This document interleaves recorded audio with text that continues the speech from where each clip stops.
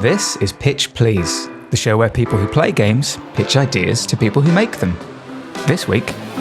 I really like the idea that you just said there, Tom. Did you just forget mine? Okay. I tried to. Do we all know each other's names, to be clear? Welcome to Pitch Please. My name's Alex, and I'm joined by developer Chris from Foggy Box. Sorry. Sorry. Yeah, beans that up. No, you've done a great job. You were bang on for me there. Anyway, look, we're also joined by developer James from Catastrophic Overload. We're joined by Thomas, the Ideas Engine. Oh no. I'm just trying to time it right. I'm sorry. And we're also joined. Hi. Amazing. That's Rythian. That's Rythian. me. He's back. Yeah. Back at it Some again. guy. That's when you know they're like scraping the bottom barrel for content when they invite me back on. Repeating Honestly, guests. jeez. I mean, we've had Matthew Castle on. ago. God knows how many times now. How's it going? Good. Yeah. When you invited me on, I was panicking for like 2 days. I was like, I have no idea. I have no idea what to say. I was like, Dune game, Dune. But then, like, yeah. Just looking but around eventually, all I things thought that of you've something. seen recently. Well, no, Yeah. you've pitched a game before. I have, yeah. And it was great. Last game, and this is where we put in like a link in the description to like previous Rythian episode. It was Sean Connery's Sorcerer's Apprentice. Sorcerer's I believe. Apprentice, the VR game. Which I thought was sounded pretty cool. I think that was our only like a VR. Well, the initial pitch was a VR game, right? I thought you were going to say original idea then. and this time you've arrived with an even better idea, right? Well, I hope so. Is that right? I thought it sounded like a cool idea. Okay. So first off the bat, how many of you guys have played Final Fantasy 12? 12, no. Which one's that? 12 is the Ivalice one, Vaughn, Balthier, Bosch, Ash, Fran, the bunny girl with the butt. Now, Is that an online one, or is that? No, it's not the online one. But it like has more. It doesn't have a combat system, as in you go into a different screen. You just run around and fight. Oh right, okay. The point of that is because the way you fight in that game is a system called Gambit, which sets basically you tell your party members what to do, such as like party member below 50% HP equals cast cure, Right. or like okay. enemy spotted, attack, with sword, flyer, cast blizzard, that type of thing. Right. Okay. So I wanted something like that because I had the idea of a Metroidvania, Mega Man platformer castle thing imaging. Like I played Metroid Dread recently, so it was Metroid kind of thing, where you are this robot or android or something, and you start with like a blank memory, with just like the basic code of like explore and grow. Mm-hmm. And as you grow? Like in all Metroidvanias, as you kill more things, you get stuff and weapons and the like, and then you kill your first boss, and you get like a packet of code that now allows you to code something in. So for example, like when I see yellow door, shoot in like missile, which can then open the yellow door.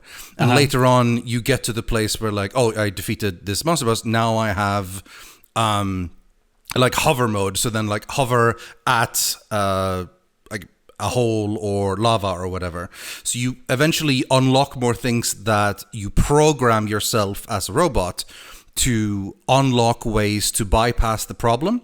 Now, it could be very simple. That's just flavor for the Metroidvania. But Right, I was okay. thinking like you literally get some sort of if-then type of system, like the Gambits from Final Fantasy 12. Yeah. So literally like you walk up to door and like if spot yellow missile, then shoot 3 missiles. Or if flyer attack, equip X and shoot. So that eventually a lot of the base gameplay of the Metroidvania, just running around, is like automated. So in the beginning you go through a zone and it's like difficult, you have to manually do everything, and then later on you pass through on the way back and you've got all these like codes set up in your brain, in your robot brain, where all of that is done for you automatically. So you just run and then you just see your character do all these things because you've programmed it ahead of time.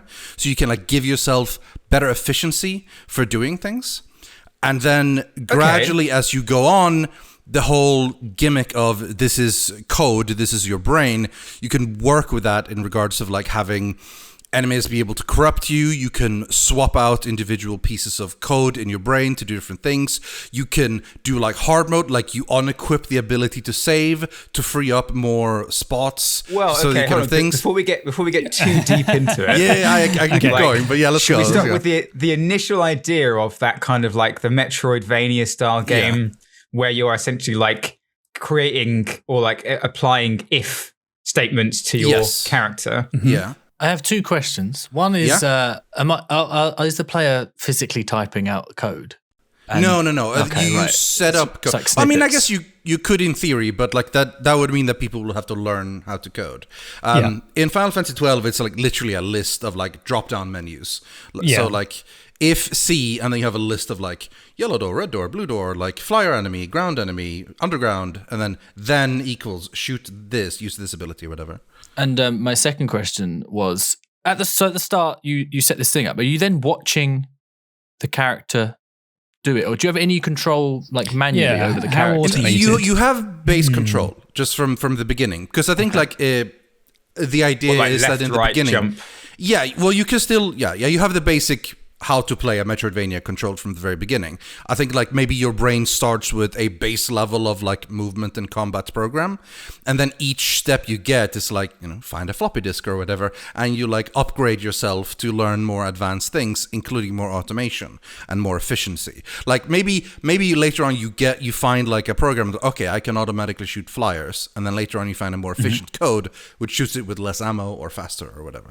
This, I don't know why, but the idea of like a turret defense game comes to mind, where you are like a moving platform for different turrets. So you're almost like the code that you're setting into your brain is like, okay, automatically fire at this type of enemy when you see it. And there's like a certain portion of your brain that you can devote to that. And as you're running around, you're almost like equipping and unequipping these different turrets, and the more you can I can imagine like, okay, I'm going into the lava zone, right? I'm not going to need to worry about flyers here because they're all like lava pieces or whatever. So we can unequip this part of the code, which freezes up to blah blah blah blah blah.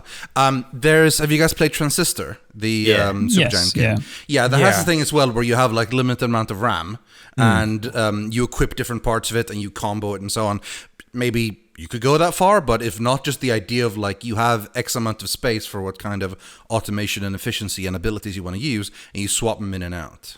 Yeah, I like the idea of treating these microchips and all these statements and bits of code as a resource in a way, where maybe you have a load of different commands for if this, then shoot, if this, then open, whatever, but maybe you only have one thing that says red crystal or whatever, or red object. So you put that in, if red, then shoot, but then you come to a red door and you're like, oh shit, I need to swap things around. I think Near Automata? Near Automata is also an inspiration, because that has the whole thing where you are an android and you have abilities to like unequip things and so on. I remember seeing a clip of someone like unequipping their life, and then they just die. Game over. Every single element of your character you can equip and unequip, and it's pretty cool. Hideo Kojima, that, doesn't it? I really like the idea that you just said there, Top, because it's like, did you just forget my? Okay. A little bit, I tried to. It's been 2 years. Do we all know each other's names? Just to be clear. The guy in the jumper. No, anyway, yes, Tom. The idea that you only have a certain amount of if statements, for example, or putting a resource on that makes you have to think creatively. So if we imagine that our brain is sort of this node-based system for creating code, that you might be like, okay, if red door, fire missile, but I only have one if, so I actually also need it to do this. So I also need to do a double jump to avoid this lava pit.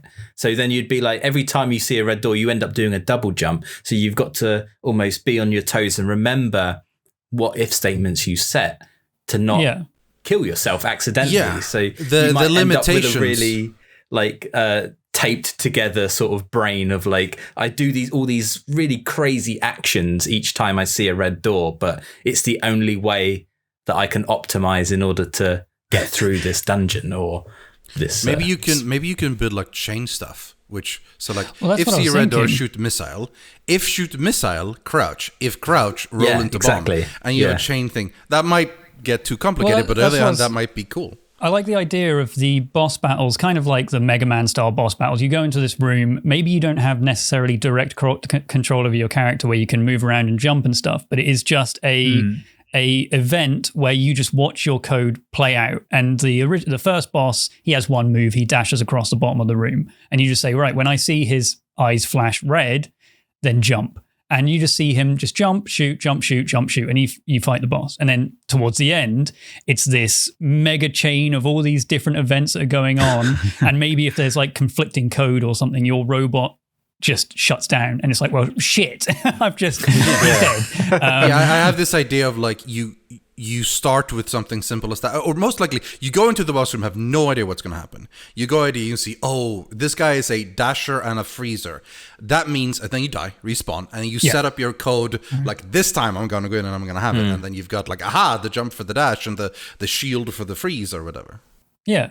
Do you see... Sorry, Tom. No, you go. I just said I like it. Oh, okay, cool. I was just going to say, do you see this playing out as in you just replay levels each time or boss encounters to try and get the right combination? Or could we do something like a bit like a bullet time kind of thing where you kind of go into a mode where time slows down, you go quick, make adjustments on the fly? How do you see it working? I didn't imagine adjusting on the fly. I was thinking more like, in Hollow Knight, you sit down on a bench and then you equip your charms and so on, and then you go in. But I suppose there's nothing to say that you can't change out your code. I think that would lead to a lot more flashier moves, like in the middle of fight, pause, change out, then they're like, oh, he's going to phase 2, pause, get rid of that one because that was for phase 1. Let's set into phase 2 stuff, go. That maybe could be you can something. have two different states, or you have two separate code sets, and maybe that's what you can do. Maybe there's one more like swap them out, called like root code, and then one that is like surface level code.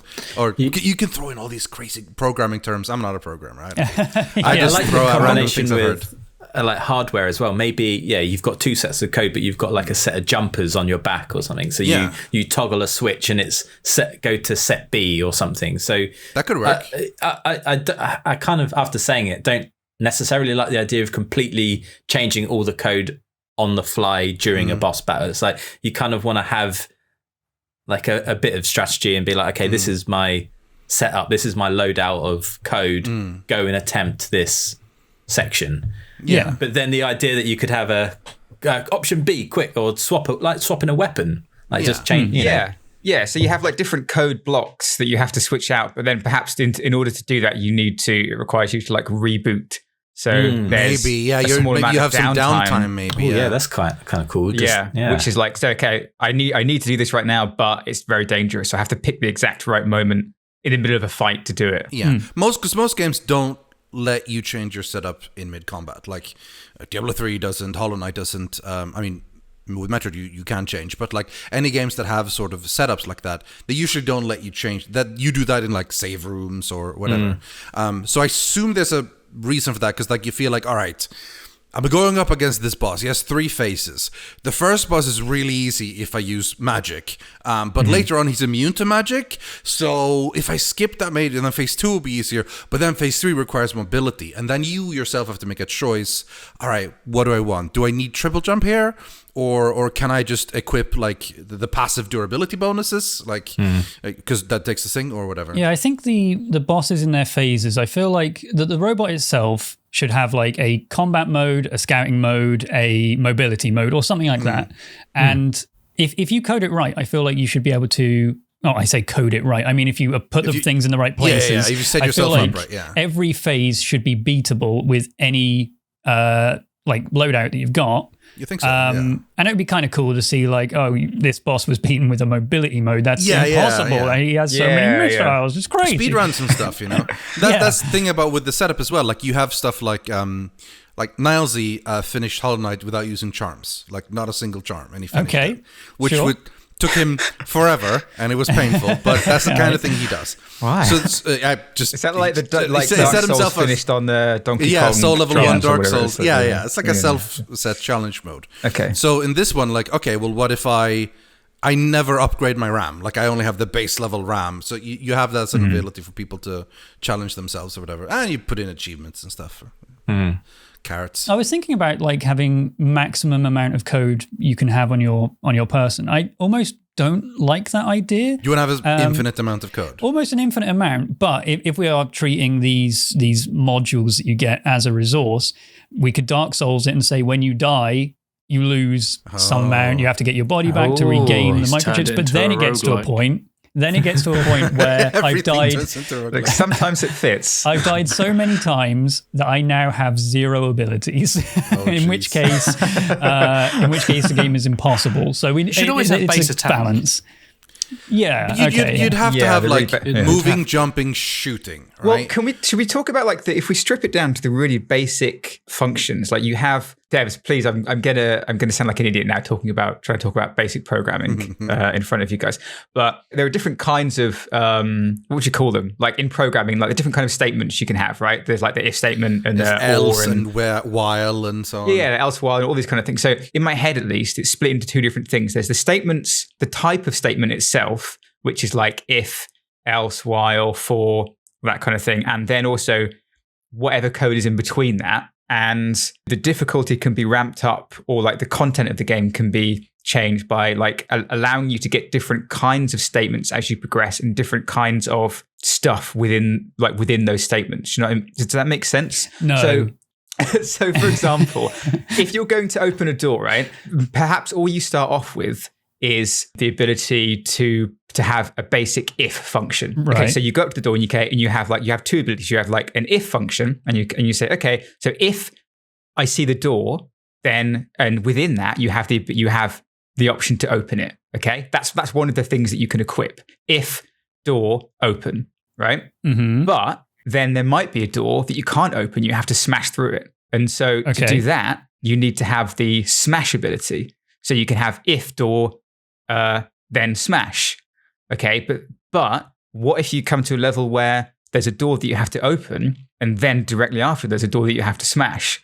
In my head, the way this could work then is that you basically have to then unlock the ability to have a different kind of statement. For example, like if this is correct, like there's like a switch statement, right? Yeah. Which is basically like it's like multiple ifs. It allows you to be like... You can just do if door open, else smash. Basically, the idea of like having... That's the else part, giving you different kinds of statements as you progress to make the curve go up in terms of like the amount of different things that you have to program in to make it harder, like to make it more complicated and to make I don't know if that's overly complicating it.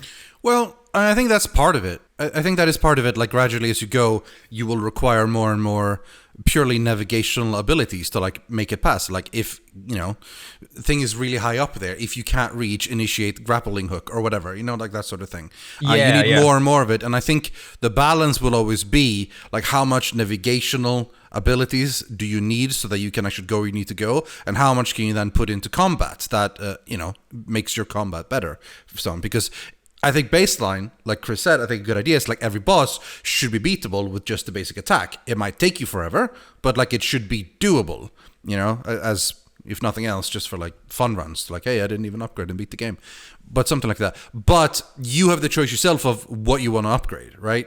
Now that's not like revolutionary. Like there's usually like a limit to how many, Hollow Knight, you get X amount of charm notches or whatever. But the idea of like it being used for multiple things rather than just combat could be something. And the idea of it being, because it's all in code and RAM and stuff in your head, to me means that like you can go like a bit meta with it if you want, and break fourth wall if you need to, if that's what you kind of want to feel like into, or just something like that, like someone is like putting in a bug in your system, like one of the bosses, like, or someone shuts down like half of your brain, and all of a sudden, like the next area you have to do without being able to jump because someone's like corrupted your jump function. You have to make your way through the entire next area without jumping to break it back, and so on. So like it limits, like they could do ways to like take it away from you, so that all of a sudden you can't do stuff you could do before, and the like. Yeah, this makes me think a little bit of like Tom. Do you know when we like?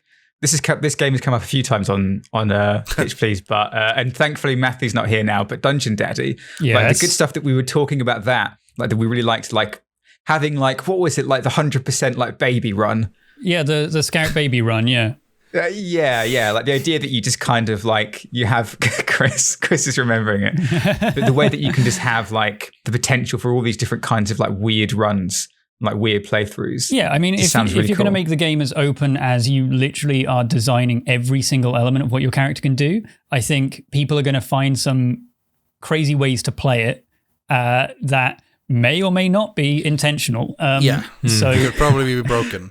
Yeah. I'm also worried that there will be, like, people will just look up guides and say, like, okay, once you reach X, input these, and the game is effortless, and you just go.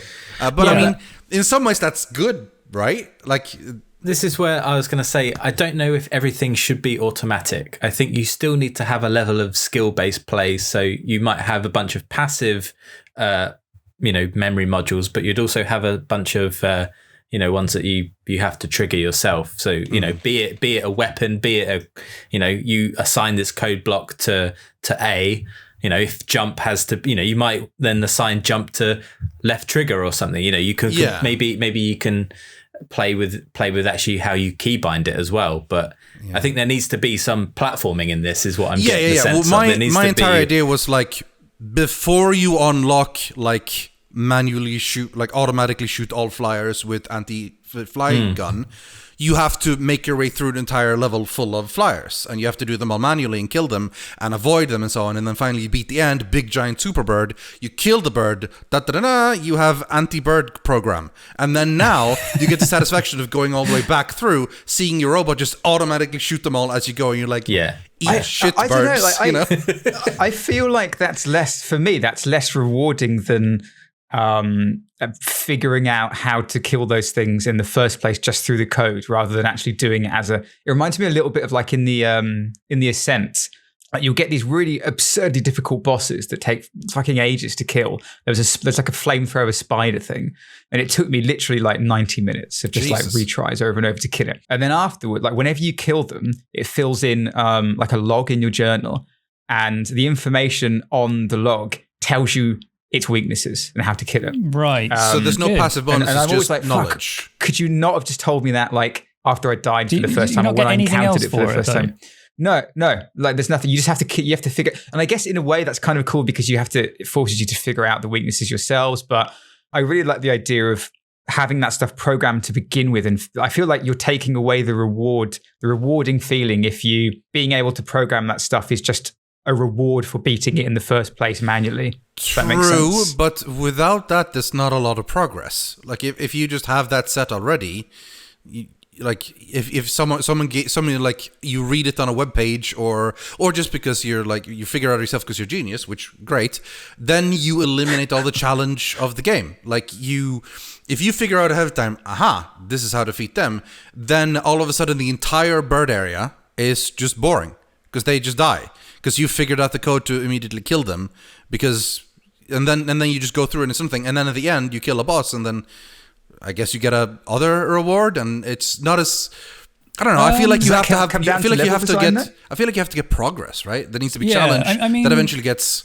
overcome through abilities. The way Mega Man works is that every boss you beat gives you a weapon that is super effective against another boss. And granted, sometimes you could get a weapon. It never tells you what it's good against. No, but you could then go online. Yourself, basically, you could then go online and be like, "Oh shit, this weapon is strong against something I killed ages ago and spent ages trying to kill." Good against Flame Leviathan or whatever. And there's some that are just odd. Like, there's no way of really figuring it out, except it does more damage for no reason. But I mean, if we went with the RAM slot thing, you get more RAM slots and you're able to do that. But I feel like there is some form of reward for beating this hard area and knowing that what you get out of it is the ability to progress through future areas that are similar so much easier. Yeah. Like, you have to put in a load of work to pass these areas so that the next time you encounter an area like this, it's much easier. Yeah, I think the core of the game for me is it's still a Metroidvania. It's still Hollow Knight. It's still Metroid. Like, you start with a little, kill bosses to get more abilities, more ways to move. Just the twist, so to speak, like the gimmick, is the whole coding thing. And I think that could be really cool. And I think the automation thing of, like, some things now become automatic and easy is a way to deal with, like, oh, you've gotten such a powerful gun, you could just shoot the mob rather than having to attack its 3 different weak points to shatter its armor and then kill it. Yeah. Like now you just like you have a code to automatically kill it faster, or it just shoots the 3 points automatically. You just don't have to do it yourself manually and skill wise. But in the core of the game is Metroidvania, really. Yeah, I just wanted to ask, what do people imagine the interface for the coding thing is like? Is it a list of things where it says if, and then there's a drop down, and then it says then there's a drop down? Is there in my head nodes? it's like a node. Yeah. Yeah, it's nodes. But also, do you have everything unlocked at the start? Like if I say if door, then open, or if I got to walk up to a door and I discover doors, like I know it sounds stupid, but you could obviously, if there's something big that's down how the I line. think it should. That's how I think it should be done. Like, as in as you're experiencing, like finding these new things, these new objects and new weapons, you uncover the code for them. Yeah, I think So you don't even know experimentation how to open a door to begin with. is good as Yeah, well. I imagine the robot being like blank memory, so it doesn't know what's like beyond the first square 2D or whatever room you're in. You don't know anything. So you need to see an enemy first or see an obstacle first before you can program it. So you can't start in the room and then immediately have set up like a way to kill the last boss, because you don't know anything about the last boss is or any boss. You need to see the boss first to figure out, this is like a burrowing earthworm or whatever. Okay, how then the earthworm shows up as a node or drop down or however we want to do the UI for the interface to choose and program. I think maybe the gimmick is that like you remember what you've seen even if you restart, like your program, it spits out a new Android and you have to say, well, whatever. I don't know if we need like a rule for how we respawn or whatever, but the idea is like you remember what you've seen and now you can program that in your code. Do we confine what they can put in each bit? So could I, in theory, go if door, then door? Like, are we? You do they could, have? but I imagine I that want to just see what nothing would happens. happen. What happens? Exactly. Well, what do you think happens, Chris? You sort of start miming, I think, is the... Pretend you try to become a door. Because I think like, you zoom in and it's Bubba is you. Right. Right. The problem with that is that you walk up to a door. How do you learn how to open something? Like, do you walk up to it, go door, it must be openable? Like that's the issue. Is there gaining knowledge? I think everything that you should be able to scan and write it to memory. Right. And with the memories of the things that you get, if you scan a door, you've got the door command and you can now do stuff with that. Doors open, you've got the open command. Maybe the bosses is all just a bullet hell that you have to avoid everything for as long as you can until you can finally scan this boss. And then when you scan it, you've got this code that you input and it's like, right, I've spent like 45 seconds dodging this hell, but now I've scanned it. I've now got this code to put in that I can switch in now. Weak spot, shoot, head, avoid, dash, jump, stuff like that. And then you just let the guy go after you've finally taken all this information. Then door. I mean, we want a door or something. Yeah. You could use the I don't know, whatever story to explain away why this robot knows what open is. Maybe they're in a lab, they're being experimented on, and they've got a few base commands that someone's loaded in, and so they know what open. They've gone through the runner. And done a maze. Maybe just something simple like maybe just like you press button. You press a button on the door. I mean, maybe that like the baseline command is. He knows that much. It says he knows open. There's a, it can just press the button. Yeah, basically. Yeah, no, there might be some base like interact type thing going on. And the final thing, if door then door. You know, the final thing you do is learn how to door, and that's it. And then once you do the door, and then the character turns to the screen, and the screen opens. The screen the door. splits. Oh, and the end. my God. And all the bosses are there at a party, and it was all about the friends you made along the way. Yeah, that's the true meaning of door. Going back to what Tom was saying about the boss fights, I really like the idea of like scanning. Like if, for example, you maybe you have to hold out, but the longer you hold out, the more scan information you get. Yeah, so it could be a kind of like perhaps you only hold out for 10 seconds to begin with. That gives you just enough information. Maybe you see a bar on top of your screen like scan filling up. And you go to the last boss and you start scanning, filling up. And it's super slow. 1%. Yeah. Oh God, you know. And you have to survive for ages. At 10% you learn his weakness, but then at 80% you learn his big weak spot. So it's about like you get how so far step by do you want step. to try and survive until you can That's kind of cool because then it means that you're gaining the information by scanning and like having that bullet hell gameplay, but then you still have to figure out how to execute that information properly, how to like use that. I really love the idea that if you die, you might see a console log that shows every command or everything that you've done, and then it goes like ended here. Yeah. And you might be able to then look at it and go, oh, I did an if jump door thing, and that's why I died. And I tried to door the door again. I tried to door jump door. Yeah, exactly.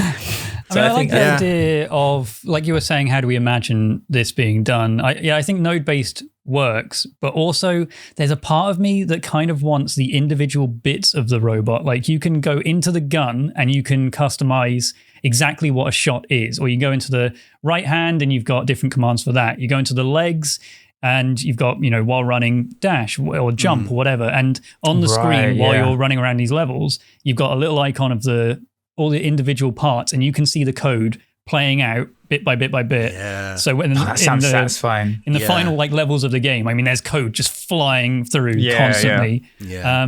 It's a code hell. But maybe even just to make the combat and the actual gameplay of it more fun, no offense, like the customization of the weapon entirely, you can say, right, here's a list of things that happen when I press the shoot button, and option 1, charge, then charge again, then charge again, then fire twice, then charge, then fire. And that all plays out when you click the shoot button once. Or maybe there's like a split shot or rockets or something like that. And maybe it gets to a point where you click the shoot button and it's just a barrage of hell. But I think it could be really cool seeing the different things that people have built weapon-wise. I think the code part is what makes this unique. But ultimately, it needs to be a satisfying Metroidvania Mega Man to play and run around and jump and shoot and do cool moves. Like, this is like the upgrade system and the stuff that makes it unique, but ultimately, it should just be fun to play. Yeah. Chris, you had something to say a second ago, sorry. Yeah, it was a bit of sort of a mishmash of everyone's things, like what Tom was saying with, having weird barrages because they're automatically linked to each other. I was thinking the same thing of like, you have an update loop where anything in that is automatically triggered because maybe you're getting really bored of opening doors. So if door, then open. So as you run out a door, because it's in your update, you'd have to press a button. But you could also have stuff which is relied on button presses. Or, if press down does something, but then you have an if release and it does something else. Maybe instead of having to press jump twice, you now do, okay, what I'm going to do to make my life easier is on the press down, I jump. When I release, I jump again. So I always double jump. And you're like, okay, well, that's maybe that's how I do that. Or maybe, but you should have limited sort of bandwidth for the update loop. So it's, you kind of have to pick and choose where you want those certain things. The other thing I was thinking of is about having the chipsets that you get, or however you want to do it. I don't know, fucking USBs or whatever you want. Yeah, floppy disks or whatever. You program stuff onto them and you load them in like switching guns, right? So you're like, okay, I need to change to my fast fire. So you like unload that, but you pre-program that to do that. Pre-program in your guns or whatever. Yeah, they're and blank. You swap between them. So you could program your own. Pulls out one USB disc in with another. Oh, I love this. I love this imagery of like Chappie just slamming discs into his forehead. So you could program a shotgun that's just like, okay, so this is the basic pistol is like, if shoot, then fire, bullet. But then you could have like effectors on that. So you're like, okay, if bullet, and you like duplicate 3 times and like split or whatever. Spread, for spread. And then it becomes you've made your own shotgun. But then you could also change it to like you could add different attachments on by adding like extra functions here and there. Yeah. But that's how I think you should do it, is then you have blank chips and you program these things and you kind of hot swap them in and out for the situation. Yeah. In the fast paced moments. Yeah, that could work. Are we presuming this is like some sort of transformer type robot? So you never pick up hardware? It's Optimus Prime. Okay. Or truck. Maybe to truck, yes.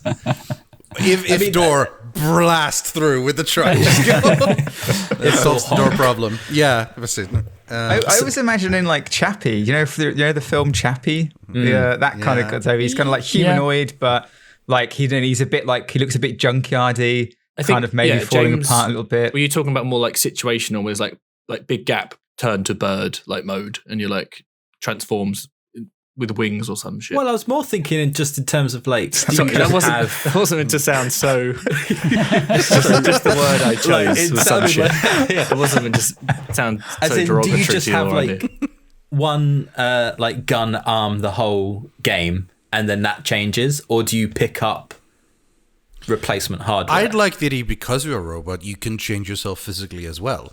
Like gradually as you upgrade, like yes, you upgrade yourself with code, but maybe you literally pick up jet boots, and that's because that's a physical thing. You can't code your robot feet to all of a sudden shoot out jets, but you might actually find that and be able to upgrade that. So can you then both code the jet boots? Do they have a slot? Where you're Once you get the jet boots on, they're not a physical thing, and then you pull the wires, and then now all of a sudden you can code your jet boots to activate when you see a big gap. So not so much transform into bird, but activate jet boots so that you. That's where I think the chip, the USBs, whatever, should be finite. So you're like, okay, I'm not going to use one in my arm. I need to use that for my jet boots. So I'm going to write the code on that, put that in the jet boots. So it's like every time I hold A, I hover now, or every time I hold A, I've chosen to do a big jet boost jump. Yeah. When sort of figuring out what it's kind of your like play style is. experimental quality of lifestyle things that you have a limited space to like perform those actions. And limited. Or like at some point, like you stand there and oh god, there's like a cliff. I cannot jump there. So then maybe like, okay, well, I need either to pick up the wall jump ability and program that to be used like when touch wall, jump off, rather than, or jet boots specifically as an upgrade to be able to go up there, because you can't. And if you walk up there and you don't have those equipped, you can't. So you need to go back and make sure they are equipped for they to be even doable. That's the thing. I love the idea of like all of the millions of like really, really annoying things that can go wrong when you're coding that you just forget. But like, because computers are like, I guess in a way, really intelligent, but really stupid at the same time, right? So you still have to. If you miss a semicolon, they don't get it. Like that semicolon was important. That's what I mean. Yeah, you have to teach them. No. The computer is only as stupid as the person who wrote the program. Because bugs aren't made by the computer; they're doing what you've told them to do. Yes, exactly. They're doing it to the letter. But the computer isn't smart enough to realize I meant to put in a semicolon there. Come on, well then you should have done it.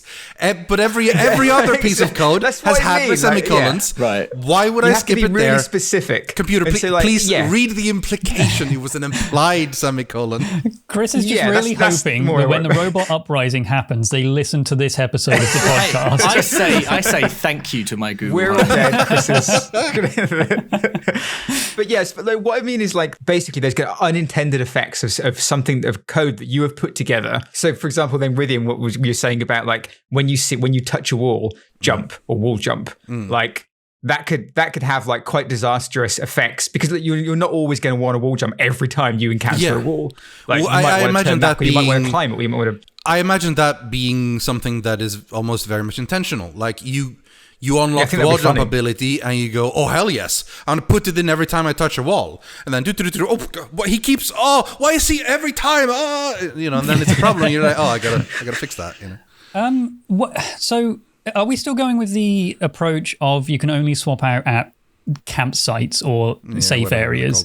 Whatever they're called. Because I'm a little worried about traveling through a level. You move 5 feet. Oh, I need to go into my code again and swap it out. Then you move 5 feet. Oh, I need to swap my code out. Yeah, I think there needs to be limitations. How do we scout the level in advance? Or maybe that's a thing. I think that's see part the of entire it. level ahead of you and you're like, check the level, reach up. Okay, I can't do anything there, but I think I might be able to do something if I equip jet boots. And then like, well, I haven't been to the right side here. You go to the right side. It's like, okay, this place seems fine, but it sure would be helpful if I had ice missiles to deal with all of those.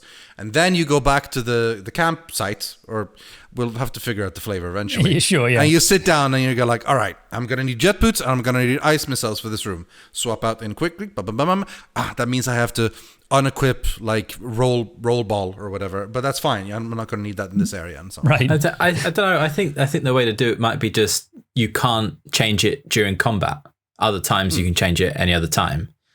Or if you've engaged in combat, you can try and change it, but you'll just die. Right. Okay. It's real time. Yeah, no, I was just wary of like this high octane gameplay. And you're like, yeah, but constantly blasting pause, everything. Pause. Pacing. Yeah, exactly. You could hot swap with like the D-pad. Like down is your boots, left and right for your arms. You have maybe you could have hot. Well, swaps. that's something you mentioned before. Like you have like stances or sets or whatever. Like 2 or 3 you can swap between. You know, you can have your double jump stance. But also your juggernaut stance where you can crash into things or whatever, you know? Yeah. I think that works. You can swap that on left and right on D-pad. I just really want to see the animation of Chappie. Yeah, he will do that. Instead of when a gun, you hot swap, slamming he just like his left arm into his head. Just like slams it into the back of his head, you know? Also, he changes color. Of course. Oh my God. Good. Okay. Good. Nice. All right. All right. Look, we kind of need to finish up. All right. But I feel like we've talked about this a lot. Like, Tom, a lot of gameplay, mostly. What is this to you? This, to me, it's actually one of two things for me at the moment. It's a Metroidvania. It's a Mega Man Metroidvania-y sort of robot upgradey game where either the two choices for me are there's a lot of code and it's, literally if door open, if enemy shoot, if wall jump, if spike trap hover at 20% for 5 seconds before dropping, then activate again for a double jump. Like I feel like if it's that way, cool, it works.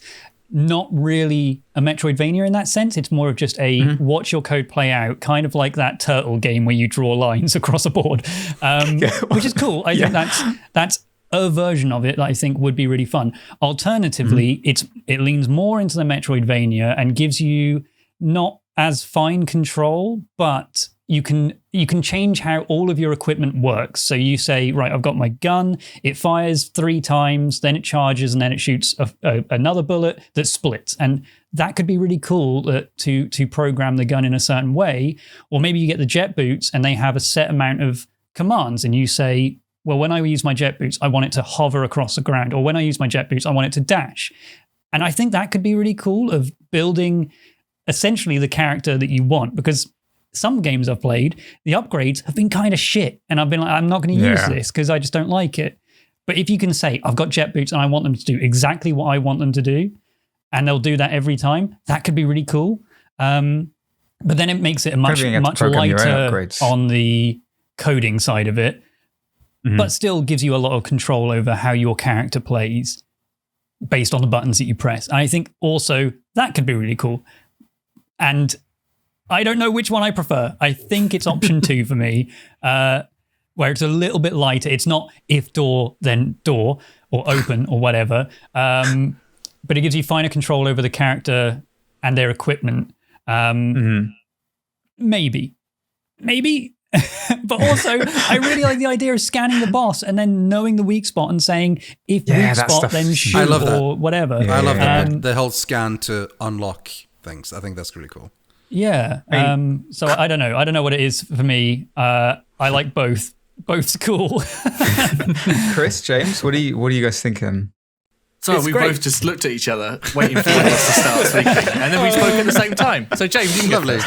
Yeah, Nice. I So like British. what Thomas described as option 2. I think that's a much more, action sort of goes well with the type of gameplay that I'm imagining.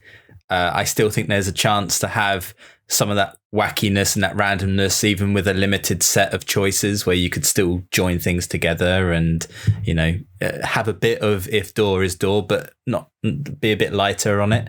But yeah, I colour me intrigued. Yes. Is that what this is called? If door, then door? Is that that is the fun title, but I get the feeling like it should probably, if we want to try to sell this at some point, we can't sell it as if door, then door. Robo door. Then what should it be called? But for the purposes of this podcast, it is absolutely called if door, then door. Door is door. Because God, we need another robot if statement episode. I think logic gate. Right. Yeah, Jesus, yeah, logic gate. I think if game, then option 2. For fuck's sake. Thanks. I just prefer that style a little bit more. I like a lot of what we discussed, but just that version is more for me. Yeah, and I would absolutely be the same as well.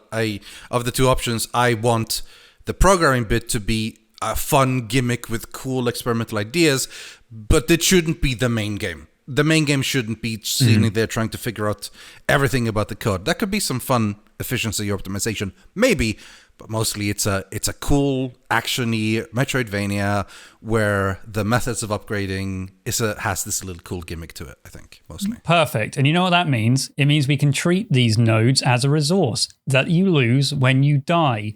And now we have a roguelike, baby. Yay, roguelike! We got a roguelike! Woo!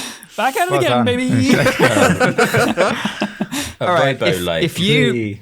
there it is. All right, look, if you think it should or shouldn't be a roguelike, if you want it to be more of a heavy puzzle game, shouldn't be, fuck if you. Don't contact us. Fuck off. If you agree with us, then you can contact us. Where can they speak to us, Tom? They can speak to us on our Twitter at Pitch Please Pod without any vowels, or in the comments on YouTube. Right. Wait, is there an O? Nope. No, that's been removed. Nope. You've removed the O. It was removed. Nice. Or in the YouTube comments, or in the reviews on iTunes, or in the Google Play reviews, or on Discord. DM us. All of those. Or you can DM us. Just call us up. Find our old accounts on MySpace and friend us on there and talk to us there. Or send us a pigeon. Or Club Penguin. You can find me on Have a Hotel. Yeah. All right, amazing. If you like this game, if you want to chat, Club Penguin us.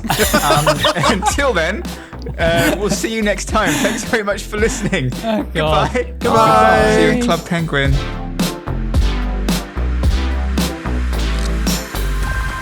I'm going to go door so hard right now. I'm going to door.